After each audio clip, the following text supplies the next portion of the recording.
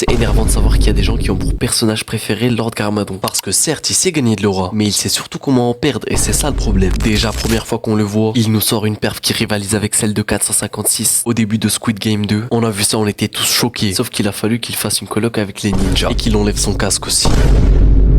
Oula, frérot, là, même la biscotte de Golden Barber, elle tirait mieux. Mais si c'était que ça, tu vas me dire ça passe. Mais non, il fallait qu'il devienne bipolaire aussi. De base, le mec, il est venu pour sauver son fils, qui a décidé de s'infiltrer dans une armée de serpents sous stéroïdes. Tout ça pour aucune raison, il est con, Lloyd. Du coup, Garmadon, il est vénère, il veut bouler tout le monde pour sauver son fils. Eh bah non, lui, il préfère Hagar Kai, taper la bronzette alors que... Et jouer à Minecraft avec 2 manettes, je comprends pas le concept. Mais les gars, le pire, c'est quand il est enfin allé chercher son fils. Il a bien le cook, comme d'hab, mais il fallait qu'il redevienne bipolaire. Ça veut dire le frérot, on lui a dit ouais, il faut Harbat, le volcan il va exploser. Il a commencé à dire non, mon fils, je vais jamais l'abandonner. Et ça, c'est lui 1 minute plus tard.